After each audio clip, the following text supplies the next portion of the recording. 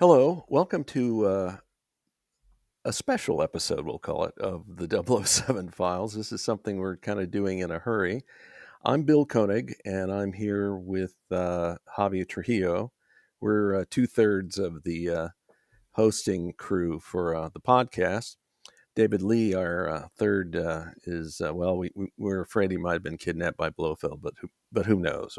If hopefully we'll hear from him soon. Anyway, the reason we're here today, we're recording this on Friday afternoon.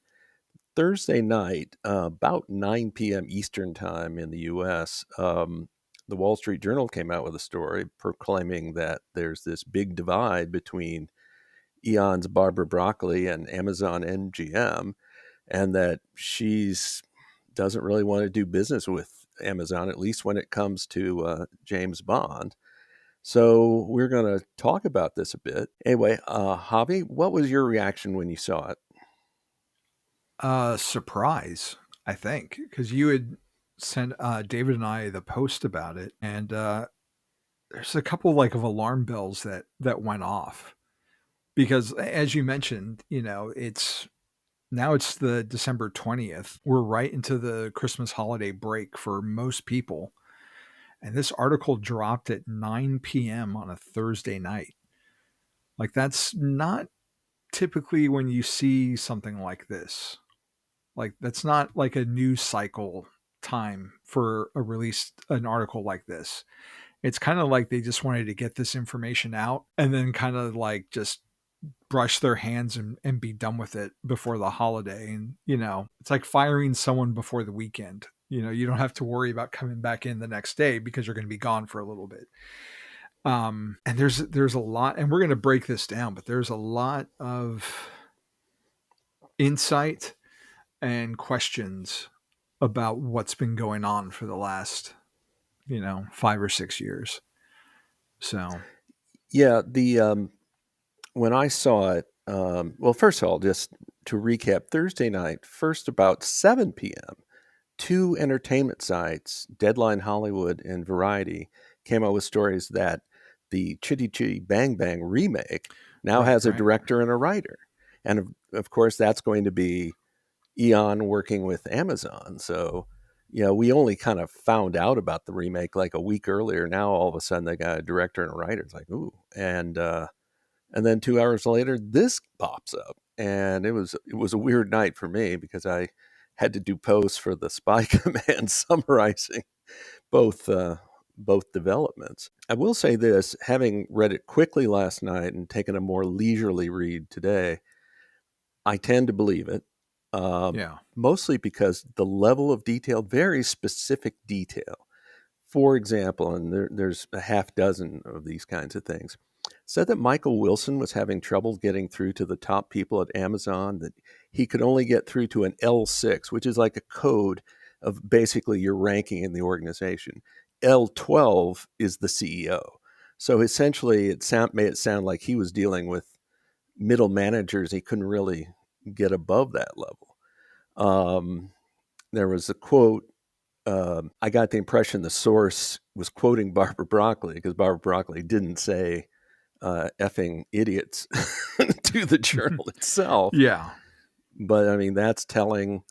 There was this story about a specific meeting where of Amazon people, and Oh, somebody in the yeah. meeting said, "Well, I don't really think James Bond is a hero." Like the meeting kind of stopped. Um, Stuff about how with the reality show 007 Road to a Million, supposedly like a lot of viewers are like tuning out after 6 minutes. Typical episode would go over an hour. And that specifically Jennifer Sulky, who's like the head of MGM or Amazon MGM, excuse me, uh, she used the word content, and that rankled Barbara Broccoli. And it's on and on. I mean, it doesn't, it just, all of it rang true in the sense that they keep having all these anecdotes, and I suspect they were working on this story for a while. The bottom line is, don't expect a Bond movie anytime soon. Have you heard from fans? Gotten any reaction? Not really. I mean, this is pretty breaking news still, and I saw a little bit on your post on the Spy Command's Facebook page. Um, but I mean, that's people reading. I felt like it was people reading the headline and just bringing their own complaints into it without reading the whole story. Yeah. Um, and talking about like the timing too, the three of us recorded in like an end of the year episode, which the time of this recording I think is due to come out tomorrow.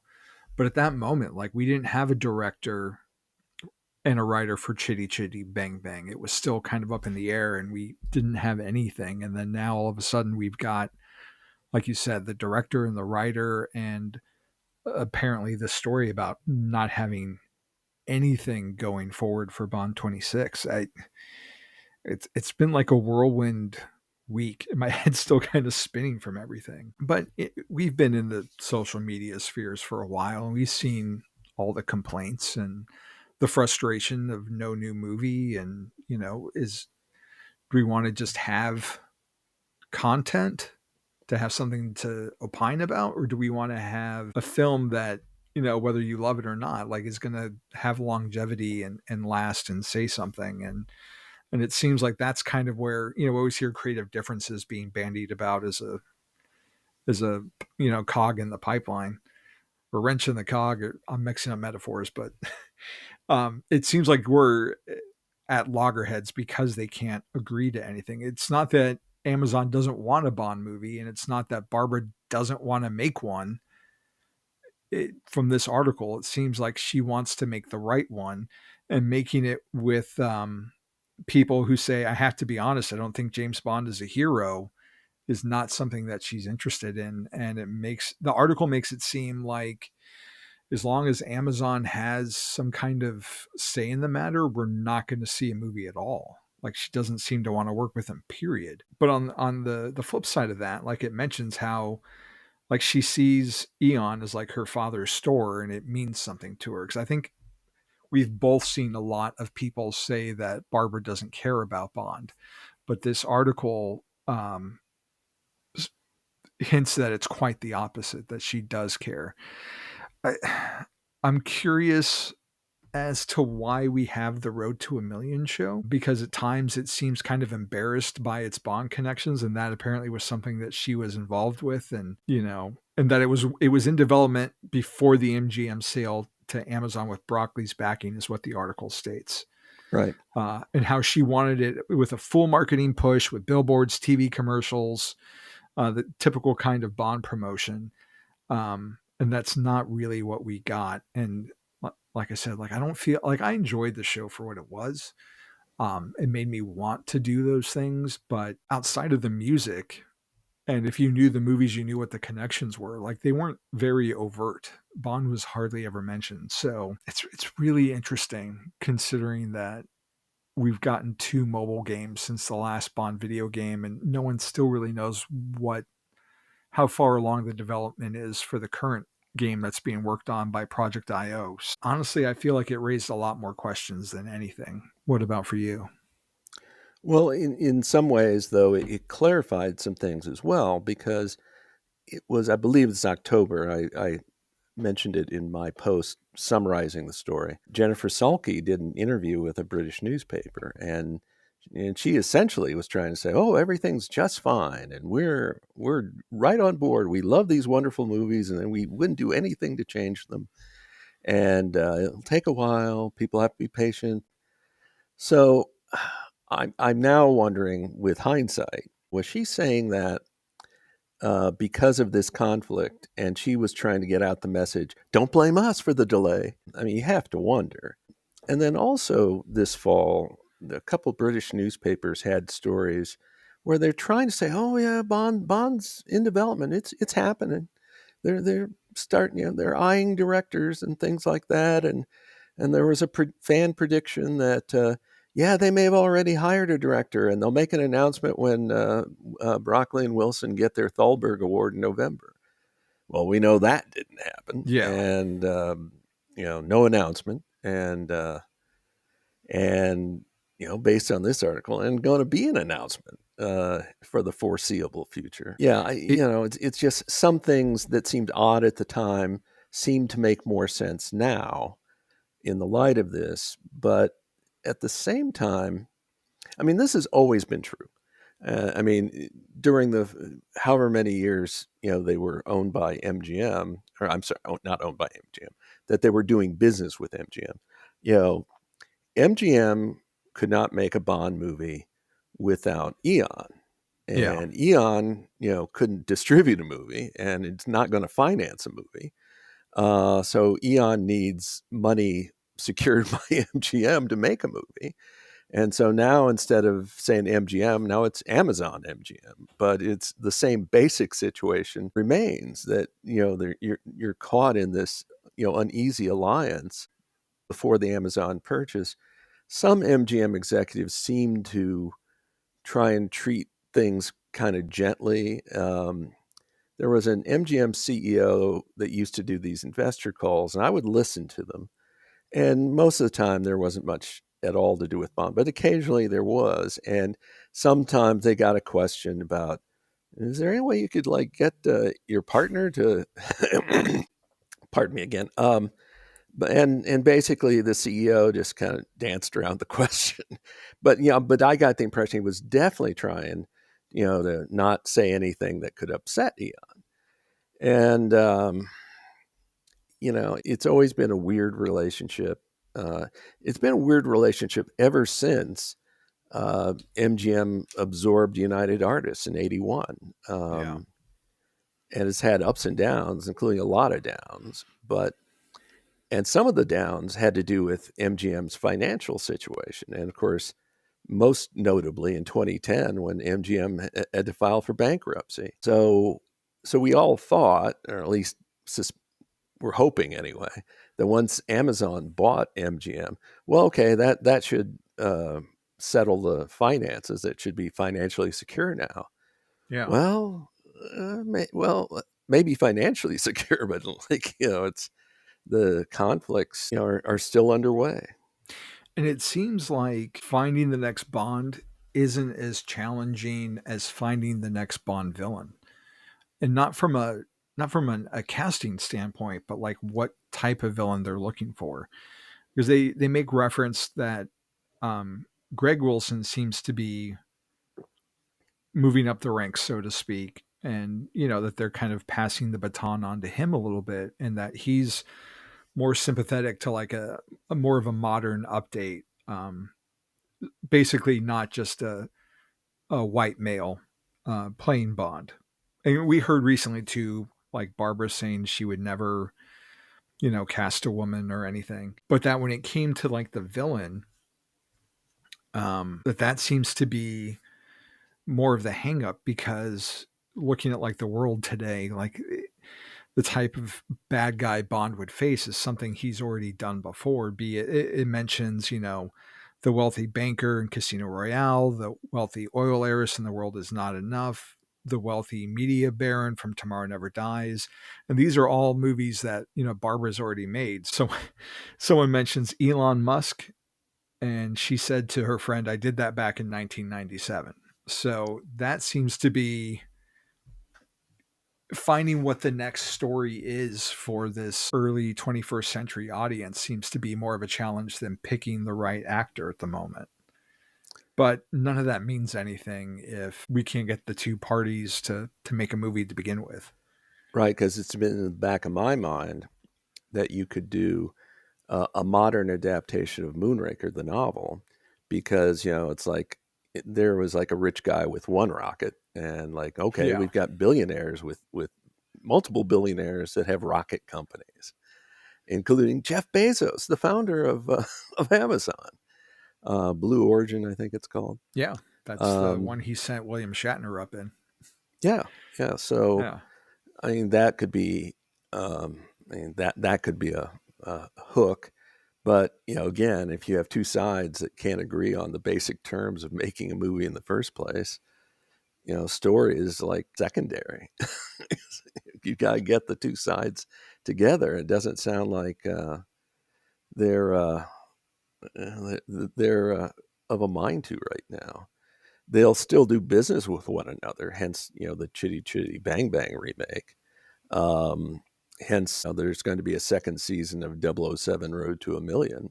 Yeah. Um, but in terms of the big asset that Eon has, James Bond, not so much. And I've said for a while that I fully expected Eon to hit the ground running after No Time to Die, um, because after killing off your main character, like you want to get right back out there because the marketplace is so crowded between DC movies and Marvel movies, and you know Tom Cruise sucking up as much oxygen as he can with whatever stunt he's doing by himself for Mission Impossible, and whatever other bazillion franchises we have going right now, be it Harry Potter or Jurassic Park or whatever is coming down the pike next. Like they need to get back out there more and not get lost in the shuffle with the countless Star Wars shows and movies, and that seemed to be a concern from Amazon. And that's where that quote came up, was during a 007 Road to a Million meeting for the second season. Um, the article states, quote, "And with no clear direction of the Bond movie strategy, the show has become a venue for discussion within Amazon about the character's place in the broader world and whether the valorization of a dangerously violent, womanizing secret agent is what's best for society today." And then from there, that came the, "I have to be honest, I don't think James Bond is a hero." The room went silent. And how do you take that as a fan of this hero that corporate executives think maybe you shouldn't be a fan of? Yeah, I mean, what we don't know is how widespread that feeling is within Amazon. Yeah. But obviously, if a person in a pretty major meeting brings it up, Yeah. it's at least held by some. Maybe it's a minority opinion, maybe not. We don't know. And the thing that sort of struck me about that anecdote is, what do you think James Bond is? It's you got 25 movies of, it's like it's kind of Yeah. established. And I mean, what's Bond going to do if he doesn't do that? Is he going to, like, be an office manager? I don't think so.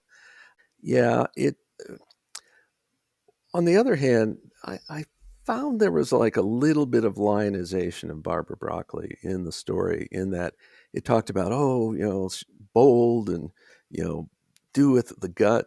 Now, hang on, in the sense that, I mean, this was before she became involved in the series, but there have been times with the Bond series has definitely been a follower rather than a leader. Yeah. Live and Let Die. Oh, blaxploitation movies are great. Let's go with Live and Let Die. Oh, martial arts are hot right now. Let's put that in Man with the Golden Gun.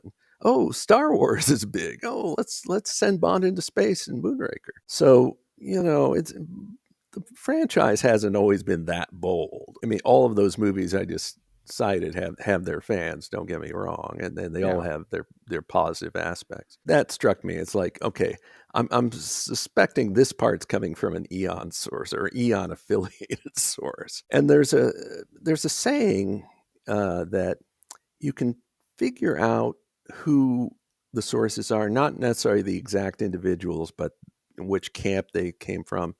In reading this, I think it's pretty clear there are sources in both camps.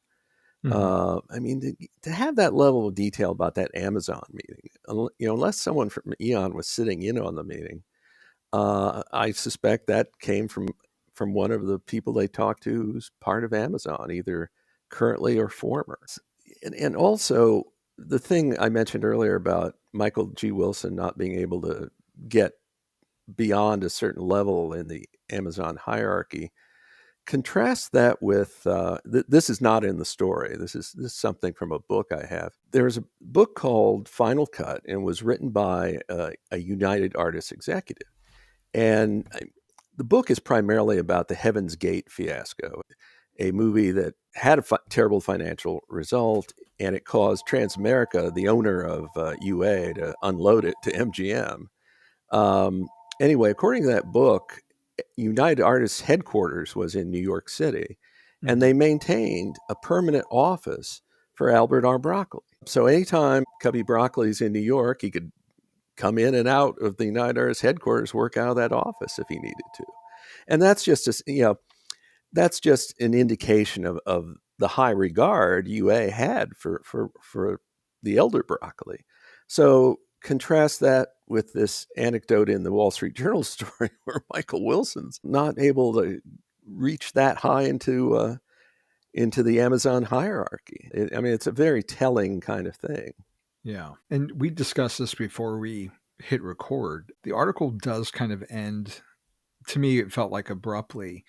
There's just a paragraph. It says Broccoli had taken her time before. There was a 6-year stretch between 1989's License to Kill and Goldeneye as the family figured out who should play Bond after Timothy Dalton and what his adventures would entail in the post-Cold War era, which you know and I know, and probably most people listening to this know, that is a gross oversimplification of what happened between 89 and 95. Because it wasn't even about who was going to play Bond after Timothy Dalton. That Timothy Dalton was going to play Bond after Timothy Dalton. And it was other legal matters that they don't delve into in this article that led to that gap. And so I wouldn't necessarily say history is repeating itself, but from the article, it doesn't seem like there's a lack of desire on Eon's part to make Bond 26. It seems to be a creative disagreement between the financial side and the creative side. Right. And also, Amazon is more data and algorithm driven that way. Yeah. That's definitely not the Cubby Broccoli way, and it's certainly not the Barbara Broccoli way. It would be interesting. Well, it'd be interesting if you could get honest answers from each side, because this way, everything's coming through a filter. You're coming through the filter of the sources on both sides, and I just, is there common ground, or is it just, it was destined, from the beginning not to be? One other anecdote in that story, and it's something, I've talked about on the Spy Command. When the deal was announced, Amazon was going to acquire MGM. Barbara Broccoli and Michael Wilson, they took out an ad in a trade publication or something where they said, please keep Michael DeLuca and Pamela Abdy. They're great executives. And it's like, we really, you should keep them once the deal closes. Well, the deal closes and they're gone. They end up at Warner Brothers. And it was very unusual for Eon to take out an ad like that. And, I could understand if they might feel, a little miffed, maybe more than a little miffed at the outcome of that. Like you said, we're raising more questions than we're answering. Yeah. And it feels like 2026 is not going to see any kind of announcement, director or actor. Or I'm sorry, I'm already thinking we're in 2025 because we basically almost are. We're 11 days away. But based on this hitting when it did, saying what it says, like, I don't even think it's being optimistic to see Bond 26 in 2026.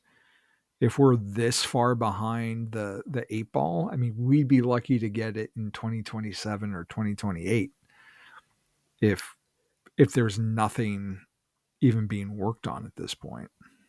Yeah, remember, Daniel Craig publicly said he was coming back for a fifth movie, and he said it on CBS in August of 2017. Now, at that point, they'd been working on a script. I don't know if they had the director yet. Well, they might have had Danny Boyle, and that was going to blow up. They did. But they had been working on a script. They had at least approached directors, and but No Time to Die didn't begin filming until the spring of 2019. So like a year and a half or so. And so they've done less work about Bond 26 than they'd done on No Time to Die up to that point. I think if they announced today that we're going to have Bond 26, we've patched up our differences, or however they paper it over, it'd be at least 2 years, at the minimum 2 years. Yeah. Um, you've got to do location scouting, you got to do, you know, all sorts of things. You got to hire a crew, and it just, the movies have gotten so big, it just takes time. And Yeah. And production has gotten so much more complicated in this post-COVID, post-Hollywood strike world that we're in. Um, trying to figure out what a budget is, because people's movie habits have changed too.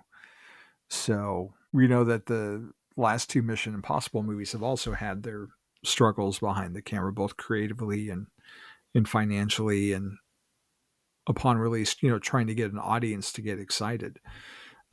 My daughter and I went to the cinema today, and it was the first time she saw the trailer for Mission Impossible Final Reckoning, and she was like, "What number is this? Did I see the last one?" Like she just couldn't care. It all seemed indistinguishable to her. And this is, a kid that has seen every James Bond movie except for the 67 Casino Royale, because I just couldn't put myself through that again.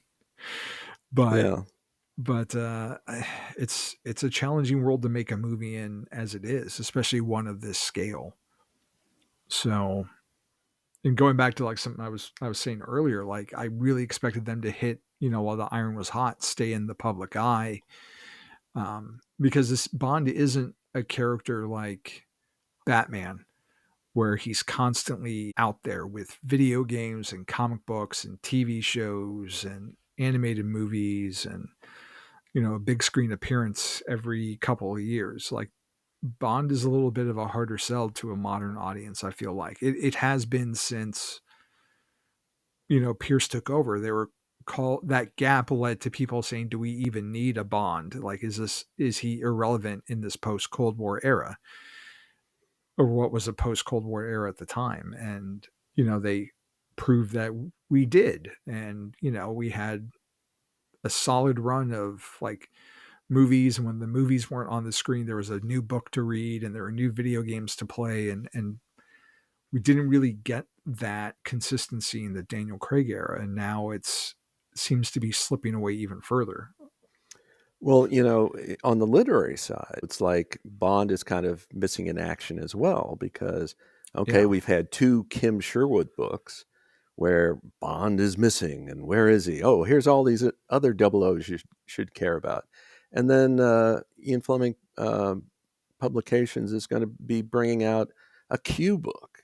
Q's been forced out of the service, and he's, but he gets a murder mystery. I mean, it sounds like something like out of Agatha Christie, but based on Well, the I mean, this description. is like IFP seems to be doing what Amazon wants to do, is expanding the world so it's not just about James Bond anymore, like fleshing out, these side characters. And even the comics to a degree have done that every now and then with like a Felix Leiter miniseries and an M one shot and a Moneypenny one shot. And I don't know how you feel about those. I definitely did enjoy the Sherwood books. Um, but it took me a little bit of getting into the first one to like fully get on board. And I think part of it was I just missed having Bond. But I don't necessarily want to see like a Felix TV show that, takes place, off camera from like the main Bond movie. There's something special about going to the movies every 2 to 3 years and getting this James Bond event. And I think that's what Barbara's trying to protect based on the article. Well, we've gone a little bit past a half hour. I'm going to put a pin in it. Yeah. Uh, Again, this is a special episode.